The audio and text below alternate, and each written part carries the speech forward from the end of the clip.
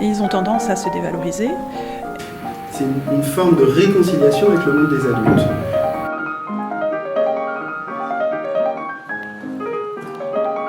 Bonjour Thelma. Bonjour monsieur, je suis un peu timide quand même. Ça me gêne un peu qu'il y ait la Mais caméra. vous êtes timide, mais on va discuter. Ça marche. Alors, vous êtes élève de ce micro-lycée, mais pourquoi avez-vous souhaité être scolarisé dans ce micro-lycée? Racontez-moi un petit peu votre histoire. Déjà la première raison, c'est que je croyais plus trop en l'école et que cette structure c'était un peu ma dernière issue, et j'ai commencé en bac professionnel. On m'a redirigé en troisième, mes notes étant trop faibles. On m'avait dit d'abandonner la structure générale et qu'il fallait que je trouve quelque chose qui me plaise. Et du coup, ils m'ont fait faire un stage de 1 semaine dans un restaurant et ça m'a plu. Ils m'ont trouvé un lycée. Mais du coup, je me suis rendu compte au bout de quelques... Et vous étiez donc en bac pro en bac pro restauration. restauration. Voilà. Et du coup, j'ai travaillé. Au début, ça me plaisait. Et puis, j'ai eu mon premier stage de 1 mois. Puis, je me suis rendu compte de la dureté du métier. Je me suis dit que c'était pas ce que je voulais faire de ma vie, que ça m'intéressait pas. Du coup, j'ai pris peur. Parce que il est super compliqué une fois qu'on est en professionnel, de retourner dans quelque chose de plus général, c'est quasi impossible. Il n'y a pas de retour en arrière possible. Et c'est vraiment que dans ce genre de structure où il y a 50 places par an, où on te permet, et encore, il faut passer des entretiens, t'as une chance sur 2 d'être pris. Et du coup, j'ai pris peur, j'étais effrayée en fait de ce qui m'arrivait. Mais du coup, j'ai préféré abandonner. Je savais tellement pas où j'allais qu'il fallait que ça se concrétise par rien, et du coup j'ai arrêté les cours. Arrêté, c'est-à-dire vous avez quitté le lycée professionnel? J'ai quitté le lycée professionnel, je suis un peu rentrée dans la perdition, j'ai un peu fait n'importe quoi, je savais pas où j'allais, pourquoi je le faisais pas. J'avais peur en fait. Cette parenthèse, ça a duré combien de temps? Ça a duré 8 mois à peu près. 8 mois. Et après ces 8 mois, qu'est-ce qui s'est passé? Après ces 8 mois, je suis retournée dans mon ancien lycée. Ils ont pas voulu m'accepter. Je suis allée voir une conseillère d'orientation. Elle m'a fait prendre un rendez-vous à la base pour une première STMG en bac technologique. Et puis le proviseur, quand il m'a vu, il a vu ma situation. Il a vu que j'avais plein d'idées. Et du coup, il m'a donné la chance de retourner en seconde générale. Mais encore une chance qui n'a pas été exploitable, puisque... toute cette pression sur ton avenir, ça t'effraie, on te balance ça comme un gros seau d'eau, et puis on te fait comprendre que si t'arrives à rien, tu seras rien, et que sans ça, t'es rien, et que dans la vie ça marche comme ça, et que si on s'y plie pas, on coule en fait. Et se plier à ce genre de choses quand... mon âge, et à l'âge de tous les ados qui ont mon âge, en fait, c'est un peu impossible de se projeter, d'avoir le but pour lequel on le fait en fait. On découvre la conscience, on découvre la réflexion, on découvre ce que c'est le monde adulte. Ça fait flipper en fait. Et du coup j'ai préféré fuir encore, parce que la fuite c'est ce qui est le plus facile à faire je crois, et j'ai fui encore. Et je me suis retrouvée encore toute seule, et encore à me demander ce que j'allais faire de ma vie, que je commençais à grandir, que ça ne pouvait pas durer. Puis c'est des moments où tu te sens pas intelligent, c'est des moments où t'as l'impression que t'es rien en fait. Et que si tu fais pas ça, t'auras beau sortir des grands discours magnifiques sur la vie, des théories et tout ce que tu veux, tu te feras niquer dans tous les cas. Et alors, ça a duré combien de temps, cette deuxième parenthèse? Ça a duré, du mois de mars au mois de septembre quoi. Et alors?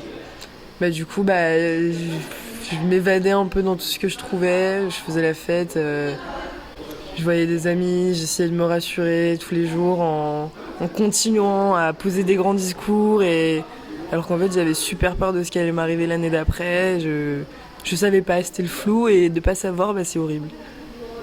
J'y croyais plus, je voulais arrêter l'école totalement, je voulais commencer un travail, lequel je savais pas vraiment, c'était compliqué. Et alors? Et alors, après, mon proviseur m'a parlé de ce lycée, je les ai appelés. Ils m'ont dit que mon profil correspondait pas parce que j'avais pas réellement décroché pendant une grande période, que j'avais encore 16 ans et qu'ici c'est accessible à partir de 17 ans. Et ça m'a un peu énervée, et c'est là que je leur ai expliqué que fallait avoir vraiment des problèmes et une vie vraiment au fond du gouffre pour avoir accès à plusieurs alternatives. Et j'ai trouvé ça vachement dommage parce qu'en soi, des décrocheurs, il y en a de plus en plus. Et il y a encore une fois ces micro-lycées, et l'alternative présentée, elle est valable que pour 50 élèves en fait. Enfin, après, ça me plaît, je suis bien ici, ça m'a aidé. Oui, mais quand même, ils vous ont accepté d'emblée ou bien il a fallu faire des pressions? Ah non, j'ai appelé tout l'été, j'ai appelé tout le mois de fin d'août, je les ai appelés tous les jours, je leur laissais des messages, et puis à un moment ils m'ont appelé, ils m'ont demandé de passer un entretien, et je suis allée le passer, et ils m'ont accepté. 2 jours après, ils m'ont envoyé un message pour me dire que ma rentrée serait la semaine d'après. Alors, vous êtes ici donc depuis septembre de cette année, c'est ça? Depuis septembre 2016. Comment ça se passe? Et il s'est fait que j'ai eu un gros déclic, mais déclic, vous savez, les histoires, quand on entend des histoires d'adultes qui arrivaient pas, et puis d'un coup c'est parti, et j'y réfléchissais, et puis à un moment ça m'est arrivé, et je me plais, mes professeurs sont géniaux, il y a un rapport vraiment qui est là, d'aide, de soutien, de mise en confiance, et puis après je pense que c'est venu de moi aussi, et puis après tout moi, ma vie personnelle, mon père qui commençait un peu à perdre espoir, et de le voir content, et moi me voir plus heureuse et épanouie, de comprendre ce qu'on me demande, de se dire que je vais peut-être y arriver, que j'ai envie d'aller en cours le matin, j'ai envie d'apprendre des choses. Parce que tout est tourné ici pour que ça te plaise. Et non, comment c'est tourné ici alors? Pourquoi? Qu'est-ce qui est fait de particulier qui fait que ça plaît à un élève qui a décroché, qui a rencontré des difficultés, qui a subi des pressions? C'est exactement ce que vous m'avez dit, qui avait la pression de l'école. Ici, il n'y a pas de pression d'école? Non. Enfin, il y a une certaine pression parce qu'on est quand même dans la même salle de bac à la fin de ces 2 années. Ouais. Mais... On est revenu au lycée. Mais oui. C'est le même lycée. Mais oui, mais comme quoi... les murs, c'est pas que les murs qui comptent. Non, comme quoi, il y a une infinité d'alternatives possibles qu'on voit en plus réalisées dans plein de pays, et c'est juste qu'on s'attache à une qui est très cadrée comme ça, alors qu'ici on nous fait comprendre les choses de manière à ce que il n'y a pas de cours magistraux où on t'écrit un cours et que tu dois le retenir, on en parle, on débat. S'il n'y a pas de cours magistraux, comment ça marche? On arrive en cours, elle nous présente ce qu'on doit travailler, si on doit y passer 4 semaines, on y passera 4 semaines pour qu'on comprenne, on essaie de comprendre le fond de la chose, de ce qu'on nous attend, pour que le jour de l'épreuve justement on n'ait pas toute cette pression là de se dire alors il y avait ça, parce qu'on étudie tellement comme... Je sais pas comment vous expliquer ça, on vous balance pas le cours en fait. Le cours, vous participez à sa construction? Voilà, la prof vous donne pas la réponse, c'est un support, on nous donne un point, et tous ensemble on avance petit à petit comme ça. Quand vous dites tous ensemble? Avec ma classe. Donc avec la classe, donc avec les camarades. Donc les camarades aident à comprendre? Il y a une super entraide dans ce lycée. Dès que quelqu'un est pas là, on fait des photocopies pour lui, on lui met dans son casier, on parle beaucoup, on a des conseils démocratiques 1 fois par semaine, où on explique ce qui va, ce qui va pas. Quand il y a un problème avec un professeur, tu vas le voir, tu lui expliques. On tutoie nos professeurs aussi, ça change énormément de choses, ça change le lien, ça donne envie d'apprendre. C'est toutes ces petites choses. Le matin, on prend un petit déjeuner avec nos profs, on parle de plein de choses. Quand on parle de choses qui sont pas au programme et que les profs n'ont pas forcément... ne doivent pas l'inclure forcément dans le cours, on est ouvert au débat, et puis elle nous propose comment on veut faire notre cours. Par exemple, pour notre cours d'histoire, elle va nous emmener voir un monsieur, prendre un rendez-vous avec un monsieur en géographie, et il va nous expliquer ce qui se passe. Et ça, c'est un truc, dans un lycée normal, on nous aurait donné un cours en nous expliquant le projet et point barre. Là, on l'a compris dans son ensemble, on a vu à quoi il ressemblait.